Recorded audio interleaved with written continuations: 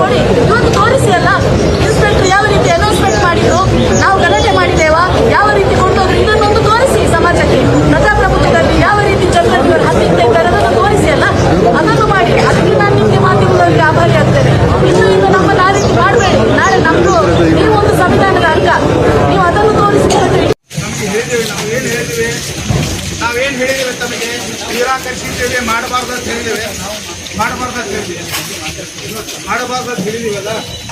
ನಮಗೆ ತಾವು ಗಡಿಪಾಲಕವಾಗಿ ಸಾಧ್ಯ ಅದಕ್ಕೆ ಪ್ರತಿಭಟನೆಯನ್ನು ಮಾಡುವಂತಿಲ್ಲ ಅಂತ ಹೇಳಿ ನಿರಾಕರಿಸಿದ್ರು ತಾವು. ಈಗ ನಾವು ಕೂಡ ಅಸತ್ಯ ಆಗಿದ್ದರೆ ನಾನು ಕೇಸ್ ಮಾಡ್ತೇನೆ ತಮ್ಮ ಮೇಲೆ.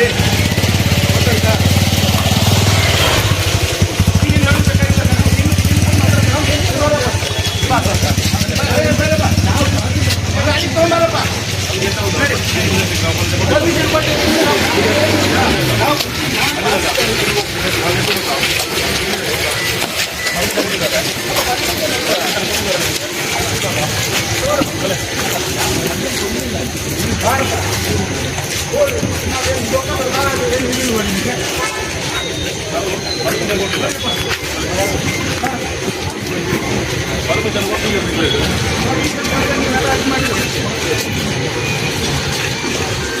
ಎಲ್ಲರನ್ನ ಯಾವುದೇ ಪರ್ಮಿಷನ್ ಇಲ್ಲ ಸೇರ್ಲಿಕ್ಕೆ.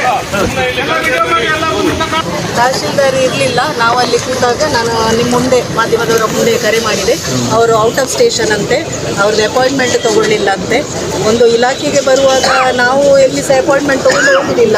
ಸಾರ್ವಜನಿಕ ಒಂದು ಅಧಿಕಾರಿಗಳವರು. ನಮಗೆ ಏನಾದರೂ ಅವ್ರ ಹತ್ರ ಮಾತಾಡಲಿಕ್ಕಿದ್ರೆ, ಡಿಸ್ಕಷನ್ ಮಾಡಲಿಕ್ಕಿದ್ರೆ ಆದರೆ ನಾನು ಸಹ ಎಲ್ಲ ಕಡೆ ಅಂತ ಅಪಾಯಿಂಟ್ಮೆಂಟ್ ತೊಗೊಳ್ತಿದ್ದೆ. ಆದರೆ ಇವತ್ತು ಮನವಿ ಕೊಡುವಂಥ ತಹಶೀಲ್ದಾರಿಗೂ ಸಹ ಗೊತ್ತಿಲ್ಲ ನನಗೆ. ಈಗ ಔಟ್ ಆಫ್ ಸ್ಟೇಷನ್ ಅಂತ ಹೇಳಿದ್ದಾರೆ, ಯಾವ ಕಾರ್ಯನಿಮಿತ್ತ ಹೋಗಿದ್ದಾರೆ ಗೊತ್ತಿಲ್ಲ.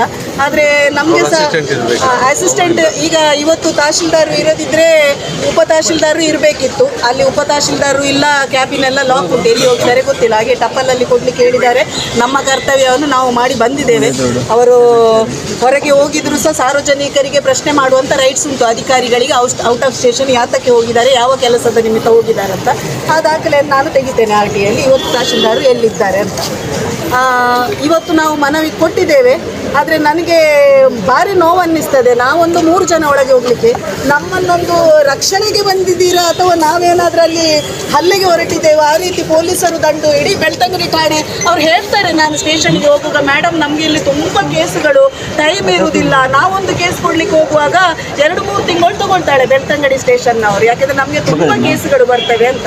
ಆದರೆ ಇವತ್ತು ಎಲ್ಲ ಕೇಸುಗಳನ್ನು ಬಿಟ್ಟು ನಮ್ಮ ಹಿಂದೆ ಇಲ್ಲಿ ಬಂದು ನಿಂತಿದ್ದಾರೆ ಹೇಳುವಾಗ ನನಗೆ ಆಶ್ಚರ್ಯ ಆಗ್ತಾ ಉಂಟು. ಇದು ಈ ಪೊಲೀಸ್ ಠಾಣೆ ಪೊಲೀಸರಿಗೆ ಕೆಲಸವೇ ಇಲ್ವಾ ಅಂತ, ಇನ್ಸ್ಪೆಕ್ಟ್ರೆ ಯಾಕೆ ಇವರನ್ನು ದುರುಪಯೋಗ ಮಾಡಿಸ್ತಾ ಇದ್ದಾರೆ ಅಂತ ನಾನು ಈ ಇಲಾಖೆ ಸಿಬ್ಬಂದಿಗಳಿಗೆ ಹೇಳುವುದಲ್ಲ. ಈ ಇನ್ಸ್ಪೆಕ್ಟರ್ಗೆ ಏನು ತೊಂದರೆ ನಮ್ಮಿಂದ? ಈಗ ನೋಡಿ, ನಾವು ಖಾಲಿ ಒಂದು ಇದಕ್ಕೆ ಮನವಿ ಕೊಡಲಿಕ್ಕೆ ಶಾಂತಯುತವಾಗಿ 10ವರೆಗೆ ನಮಗೆ ಪರ್ಮಿಷನ್ ಕೊಡ್ತಿದ್ರೆ ನಮ್ದು 1/4 ಗಂಟೆಯಲ್ಲಿ ಮನವಿ ಕೊಟ್ಟು ನಾವು ಮನೆಗೆ ಹೋಗಿ ಆಗ್ತಿತ್ತು, ಅವಶ್ಯ ಡ್ಯೂಟಿಗೆ ಹೋಗ್ಬೋದಿತ್ತು. ಇಲ್ಲಿ ಸುಮ್ಮನೆ ಕೂತ್ಕೊಳಿಸಿ ಮೈಕ್ ಅನೌನ್ಸ್ಮೆಂಟ್ ಮಾಡಿ ನಿಮ್ಮ ಮೇಲೆ ಹಾಗೆ ಮಾಡ್ತೇವೆ ಹೀಗೆ ಮಾಡ್ತೇವೆ. ಈಗ ನಾವು ಒಳಗೆ ಹೋಗಿ ಏನು ಮಾಡಿದ್ದೇವೆ, ಏನು ಮಾತಾಡಿದ್ದೇವೆ? ತಹಶೀಲ್ದಾರ್ ಹತ್ರ ನಾನು ಫೋನ್ ಮಾಡಿ ಹೇಳಿದ್ದು, ಇದು ನಂದು ತಪ್ಪು, ಆಗಲಿ ನಾನು ಮಾಡಬೇಕಿತ್ತು. ಯಾಕೆಂದರೆ ತಹಶೀಲ್ದಾರ್ ಒಳಗೆ ಇದ್ದಾರೆ ಅಂತ ನಾನು ಎಣಿಸಿದೆ. ಆದರೆ ತಹಶೀಲ್ದಾರ್ ಔಟ್ ಆಫ್ ಸ್ಟೇಷನ್ ಅಂತ. ಅವ್ರದ್ದು ಸಹ ನಾನು ಈ ಮೊದಲೇ ಒಮ್ಮೆ ಕರೆ ಮಾಡಿ ಬೇರೆ ಕೇಸಿಗೆ ಮಾಡಿದಾಗ ಈ ತಹಶೀಲ್ದಾರ್ ಅಂತ ಗೊತ್ತಿರಲಿಲ್ಲ. ಆದರೆ ಇವತ್ತು ಹೇಳ್ತಿದ್ದಾರೆ, ಮೇಡಮ್ ನೀವು ರೆವೆನ್ಯೂ ಆಫೀಸಿಗೆ ನೀವು ಒಬ್ಬರೇ ಬಂದರೆ ನಿಮ್ಮ ಕೆಲಸ ನಾನು ಮಾಡಿಕೊಡ್ತೇನೆ ಅಂತ. ನಾನು ಇವರು ಒಬ್ಬರೇ ಬರಿಗೆ ನನಗೆ ಇವರು ಬೇಕಾ ರೆವೆನ್ಯೂ ಆಫೀಸಿಗೆ ಬರುವಾಗ? ಅಥವಾ ಇವರು ಇನ್ಫ್ಲುಯೆನ್ಸ್ ಬೇಕಾ? ನನಗೆ ಅವಶ್ಯಕತೆ ಇಲ್ಲ. ಇವತ್ತು ಬಂದದ್ದು ನಾವು ಮನವಿ ಕೊಡಲಿಕ್ಕೆ, ನಾವು ಗೌರವಯುತವಾಗಿ ಮನವಿ ಕೊಡಲಿಕ್ಕೆ ಬರುವಾಗ ಆ ಗೌರವ ಉಳಿಸ್ಕೊಳ್ಬೇಕು. ಒಂದು ಸಾರ್ವಜನಿಕ ಅಧಿಕಾರಿಯಾದವರು, ಅವರಿಗೆ ಅದು ಗೌರವ ಇಲ್ವಾ ಅಂತಂದು ನನಗೆ ಗೊತ್ತಿಲ್ಲ. ಅವರ ವರ್ತನೆ ನೋಡುವಾಗ ನನಗೆ ಅವರು ಬೇಕಂತ ಇವತ್ತು ತಪ್ಪಿಸಿದ್ದಾರೆ ಅಂತ ಗೊತ್ತಿಲ್ಲ. ಅವರಿಗೆ ಇದರಿಂದ ಏನು ಮಾಡಲಿಕ್ಕೆಲ್ಲ. ಅವರ ಹತ್ರ ನಾವು ರಿಕ್ವೆಸ್ಟ್ ಹೇಳುವುದಲ್ಲ, ನೀವು ಸುಳ್ಳು ಕೇಸ್ ಹಾಕಿದ್ದಾರೆ ತಹಶೀಲ್ದಾರ್ರೆ, ನೀವು ಅದನ್ನು ಹಿಂದೆ ತೆಗೀರಿ ಅಂತ ಅವರ ಹತ್ರ ರಿಕ್ವೆಸ್ಟ್ ಮಾಡಲಿಕ್ಕೆ ಬಂದದಲ್ಲ. ಅವರು ಕೇವಲ ಮಧ್ಯವರ್ತಿಯಾಗಿ ಇವತ್ತು ಒಂದು ದಂಡಾಧಿಕಾರಿಯ ಒಂದು ಸ್ಥಾನದಲ್ಲಿ ಇರುವವರು, ಒಂದು ತಹಶೀಲ್ದಾರ್ ಆದವರು, ಒಂದು CMಗೆ ಮುಟ್ಟಿಸ್ಲಿಕ್ಕೆ ಅವರ ಕೆಲಸ, ಅವರೊಂದು ಪೋಸ್ಟ್ನಲ್ಲಿ ಕೆಲಸ ಮಾಡೋದು ನಿಜವಾಗಿ, ಬೇರೆ ಏನಿಲ್ಲ ಅವರಿಗೆ ಇವತ್ತು. ಅದಕ್ಕೂ ಒಂದು ಇಷ್ಟೆಲ್ಲ ಡೊಂಬಿ ಗಲಾಟೆಗಳನ್ನು ಎಬ್ಬಿಸುವ ಹಾಗೆ ಮಾಡಿಕೊಂಡು ಎಲ್ಲ ಪೊಲೀಸ್ ಸಿಬ್ಬಂದಿಗಳನ್ನು ಪಾಪ ಎಲ್ಲರೂ ಇಲ್ಲಿ ಬಂದು ನಿಂತು ನಮ್ಮನ್ನು, ನನಗೆ ಗೊತ್ತಿಲ್ಲ, ನಾವು ನಿನ್ನೆ ಹೋರಾಟಗಾರರು ಪಾಪೇನ ರಾಷ್ಟ್ರೀಯ ಜಾಗರಣ ವೇದಿಕೆ ಅವರು ರಕ್ಷಣೆ ಕೇಳಲಿಕ್ಕೆ ಹೋದ್ರಂತೆ ಇನ್ಸ್ಪೆಕ್ಟರ್ ಹತ್ರ. ಇದು ರಕ್ಷಣೆಯ ನಮ್ಮನ್ನು ಅಥವಾ ಏನು ಮಾಡಲಿಕ್ಕೆ ಬಂದಿದ್ದಾರೆ ಗೊತ್ತಿಲ್ಲ. ಇವತ್ತು ಯಾರಿಗೆ ರಕ್ಷಣೆ ಕೊಡಲಿಕ್ಕೆ? ನಮ್ಮಿಂದ ಏನು ನೋಡಿ, ಇಬ್ಬರೇ ಎಲ್ಲ ಸೈಲೆಂಟ್ ಆಗಿ ಕೂತಿದ್ದಾರೆ. ಯಾರಾದ್ರೂ ಬೊಬ್ಬೆ ಹೊಡೆದ್ರ? ಈ ಪೊಲೀಸ್ ಬೆಳ್ತಂಗಡಿಯವರಿಗೆ ಯಾಕೆ ಅರ್ಥ ಆಗ್ತಾ ಇಲ್ಲ? ನಾವು ಹೋರಾಟ ಮಾಡಿದ್ದು ಸೌಜನ್ಯನ ಹೋರಾಟ 2023ರಿಂದ ಎಷ್ಟು ಸಭೆಗಳು ಮಾಡಿದೆ ಅಂತ ನಮಗೆ ಗೊತ್ತಿಲ್ಲ. ದಕ್ಷಿಣ ಕನ್ನಡ ಉಡುಪಿ ಜಿಲ್ಲೆಯಲ್ಲಿ ಎಲ್ಲಿಯಾದ್ರೂ ಒಂದು ಹೋರಾಟದಲ್ಲಿ ಗಲಾಟೆ ಆಗಿದೆ? ಎಲ್ಲಿಯಾದ್ರೂ ಒಂದು ದೊಂಬಿ ಗಲಾಟೆಗಳಾಗ್ಲಿ, ಪೊಲೀಸ್ನವರಿಗೆ ದುರ್ವರ್ತನೆ ಆಗಲಿ ಎಲ್ಲಿಯಾದ್ರೂ ನಾವು ತೋರಿಸಿದ್ದೇವಾ? ನಮ್ಮ ಹೋರಾಟ ಅಂತದಲ್ಲ, ಸೌಜನ್ಯನಿಗೆ ನ್ಯಾಯ ಕೇಳೋ ಹೋರಾಟ. ನೀವು ಇಲಾಖೆಯಲ್ಲಿ ಯಾವ ರೀತಿ ನಮ್ಮನ್ನು ತಗೊಂಡಿದ್ದಾರೆ ಅದು ನಿಮಗೆ ಬಿಟ್ಟದ್ದು. ನಮಗೀಗ ನೋಡುವಾಗ ಬೇಸರ ಆಗ್ತದೆ, ನಮ್ಮನ್ನೆಲ್ಲ ಏನೋ ಒಂದು ಟೆರರಿಸ್ಟ್ಗಳಾಗಿ ನೋಡ್ತಾ ಇದ್ದೀರಿ. ಭಾರತ ದೇಶದಲ್ಲಿ ಪ್ರಜಾಪ್ರಭುತ್ವ ಅಂದ್ರೆ ಏನು? ಹಕ್ಕುಂಟಲ್ಲ ನಮಗೆ, ಪ್ರಜೆಗಳಿಂದ ಸರ್ಕಾರ, ಬೇರೆ ಯಾರಿಂದಿಲ್ಲ, ನಮ್ಮಿಂದ ಸರ್ಕಾರ. ಹಾಗಾಗಿ ನಮಗೆ ಮಾತಾಡುವ, ಮನವಿ ಕೊಡುವ ಎಲ್ಲ ರೈಟ್ಸ್ ಇದ್ದ ಕೂಡಲೇ ಅದನ್ನು ಹತ್ತಿಕ್ಲಿಕ್ಕೆ ಯಾರಿಂದಲೂ ಸಾಧ್ಯ ಇಲ್ಲ. ಸೌಜನ್ಯ ಹೋರಾಟವನ್ನು ನಿಲ್ಲಿಸಲಿಕ್ಕೆ ಯಾವನಿಂದಲೂ ಸಾಧ್ಯ ಇಲ್ಲ.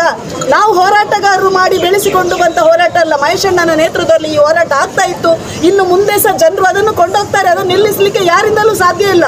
ನಾವು ಇವತ್ತೊಂದು ಕನಿಷ್ಠ ಒಂದು ಮನವಿ ಕೊಡಲಿಕ್ಕೆ ಬರುವುದಾಗಿ ಇಷ್ಟು ಡೊಂಬರಾಟ ಆಡುದಾದ್ರೆ ನಮಗೆ ನೋವು ಅನ್ನಿಸ್ತಾ ಉಂಟು. ಬೇರೆ ಕೇಸಿಗೆ ಬಂದರೆ ಬೆಳ್ತಂಗಡಿ ಠಾಣೆಯಲ್ಲಿ ಎಷ್ಟು ನೀವು ಮಾಡ್ತೀರಿ? ಇವತ್ತೀಗ ಬರ್ತೇನೆ ನಾನು, ಕುಸುಮಕ್ಕನ ಕೇಸನ್ನು ಇವತ್ತು ಮಾಡದಿದ್ರೆ ಇವತ್ತು ಬೆಳ್ತಂಗಡಿಯಲ್ಲಿ ಕೂತ್ಕೊಳ್ತೇನೆ ನಾನು. ಬೆಳ್ತಂಗಡಿಯಲ್ಲಿ ಕೂತ್ಕೊಳ್ತೇವೆ ನಾವು.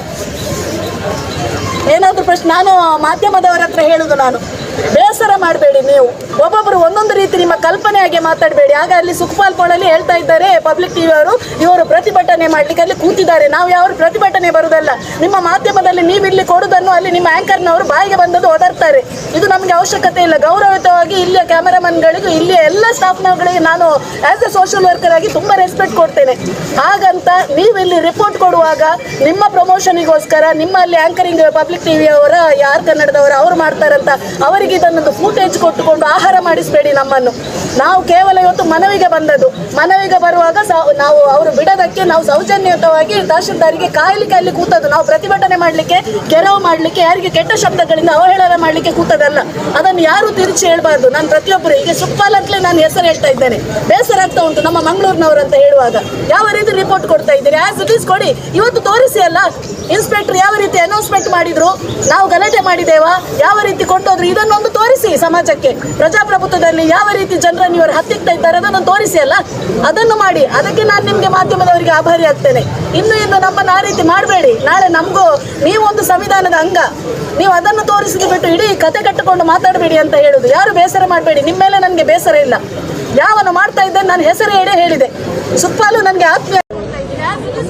ಇವತ್ತು ತೋರಿಸಿ ಅಲ್ಲ, ಇನ್ಸ್ಪೆಕ್ಟರ್ ಯಾವ ರೀತಿ ಅನೌನ್ಸ್ಮೆಂಟ್ ಮಾಡಿದ್ರು, ನಾವು ಗಲಾಟೆ ಮಾಡಿದ್ದೇವಾ, ಯಾವ ರೀತಿ ಕೊಂಡೋದ್ರು, ಇದನ್ನೊಂದು ತೋರಿಸಿ ಸಮಾಜಕ್ಕೆ.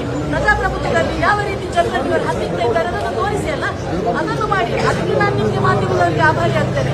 ಇನ್ನು ನಮ್ಮನ್ನು ಆ ರೀತಿ ಮಾಡಬೇಡಿ. ನಾಳೆ ನಮ್ದು ನೀವೊಂದು ಸಂವಿಧಾನದ ಅಂಗ, ನೀವು ಅದನ್ನು ತೋರಿಸಿದ್ರೆ ನಮ್ದು 4 ಗಂಟೆಯಲ್ಲಿ ಮನೆಗೆ ಕೊಟ್ಟು ನಾವು ಮನೆಗೆ ಹೋಗಿ 2 ಅವರ್ಸ್ ಡ್ಯೂಟಿಗೆ ಹೋಗ್ಬೋದಿತ್ತು.